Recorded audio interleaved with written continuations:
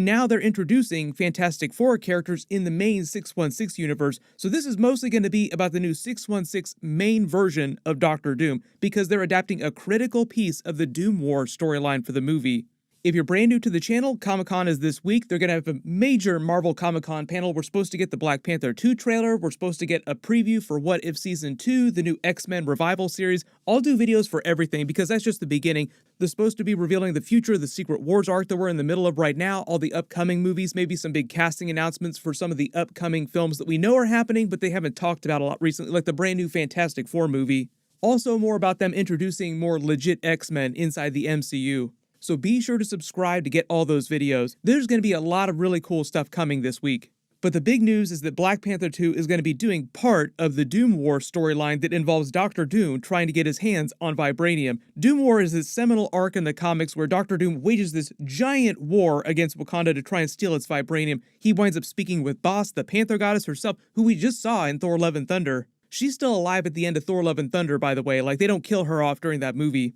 It also involved the core X-Men characters, like the core team, Storm, Wolverine, Colossus, Cyclops, even Deadpool was part of the Doom War storyline, just because it was that big of a story. But in that storyline, Doctor Doom basically winds up making himself a new suit of armor and weaponry made of vibranium. Now, he wants to use vibranium for a lot of different reasons. One of those is to make himself a really badass looking suit. But during that storyline, Black Panther wound up stopping him from controlling all vibranium on the planet by just using a device to render all vibranium on Earth inert, making it essentially useless to Doctor Doom, but also making it useless to Black Panther as well.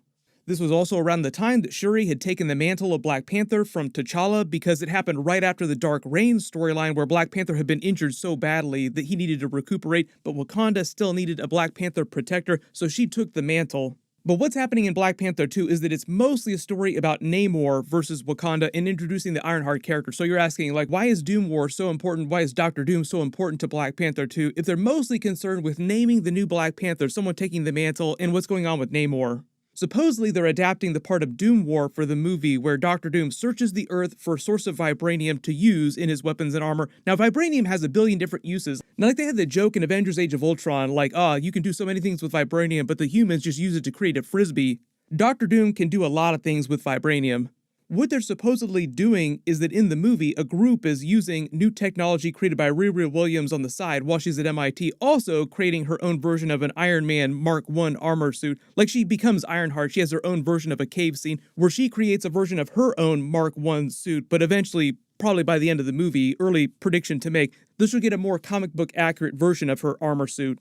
But supposedly she creates some kind of technology that the villains use to find vibranium on Earth, and that leads them to learning about Atlantis underwater, and that causes them to discover Namor, and that's why he gets pissed off.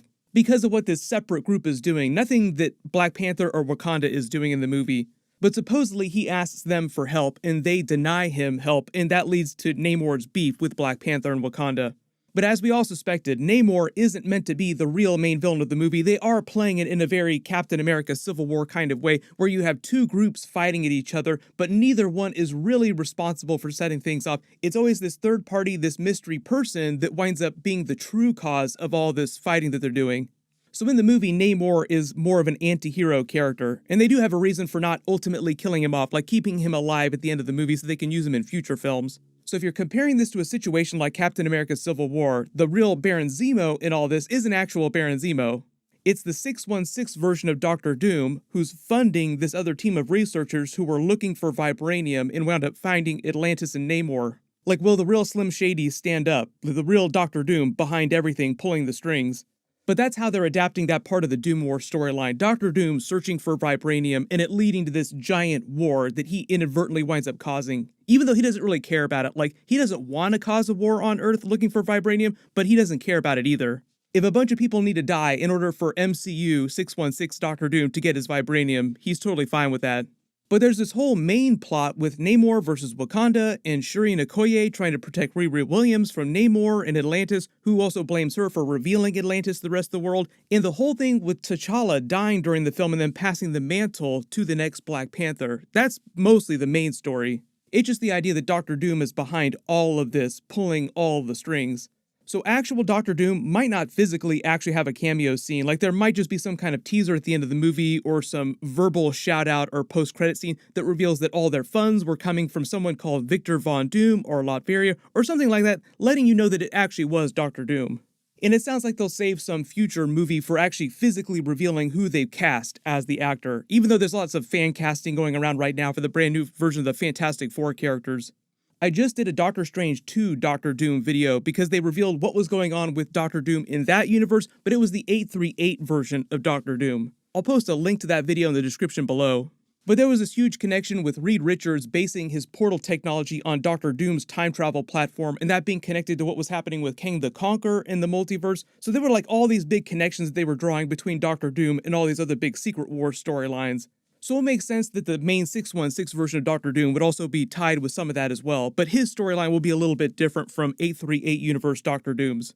As far as mutants in the MCU, Namor is known as the first mutant in the comics. That's because he debuted in the comics before Stan Lee and Jack Kirby actually created the X-Men characters in the 60s, even though within the story, chronologically, there are older mutants like Apocalypse and Selene, but they didn't create those and introduce them till way, way later.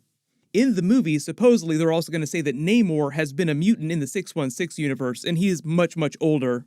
And spoiler warning for Miss Marvel if you haven't seen those episodes, but in the Miss Marvel series, they also just canonized her as a mutant, which the producers clarified after the finale. In your genes. Like a mutation.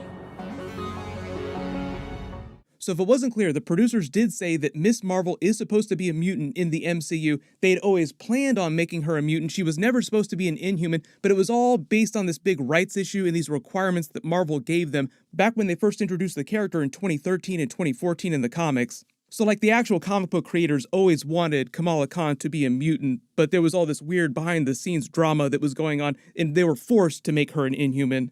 So when the series came along, because Marvel got the rights back to the X-Men characters, they said, oh, you wanted to originally make her a mutant, you can do that now.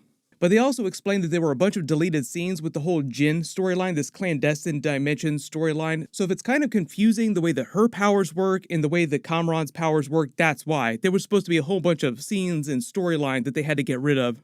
But they said that they changed her powers so that it makes more sense what's happening in Captain Marvel 2, the Marvels movie. That means that they're going to be doing a lot more X-Men mutant stuff in Captain Marvel 2. And now because of what they're doing with Namor, making him a mutant in the MCU like he is in the comics, it sounds like they're going to continue that storyline during Black Panther 2. And because there's this whole subplot with them naming the next Black Panther, then passing the mantle from T'Challa, is supposedly they're going to separate the idea like they did in the comics. So for a brief period, there was a Black Panther and a separate ruler of Wakanda. Supposedly in the MCU now, what they're going to do is M'Baku is going to take over the rulership of Wakanda, and he's just going to be the brand new king, and Shuri is just going to become the next Black Panther. Killmonger did burn all the heart-shaped herbs, so supposedly there will be a storyline in the movie where she finds some kind of workaround that gives her the powers and the same ability to commune with the afterlife, the ancestral plane, this alternate dimension. There's supposed to be all kinds of twists with that, but basically the idea at the end of the day is that she will take the mantle of Black Panther. So whenever they pick up with whatever Black Panther 3 winds up being the third film in the trilogy, she'll start that movie being the new Black Panther. I'm also assuming because they're doing a lot of the Doom War storyline during Black Panther 2, or at least part of the subplot is Doom War, they're not going to do that story for Black Panther 3, like it'll be some other story when they get to that movie.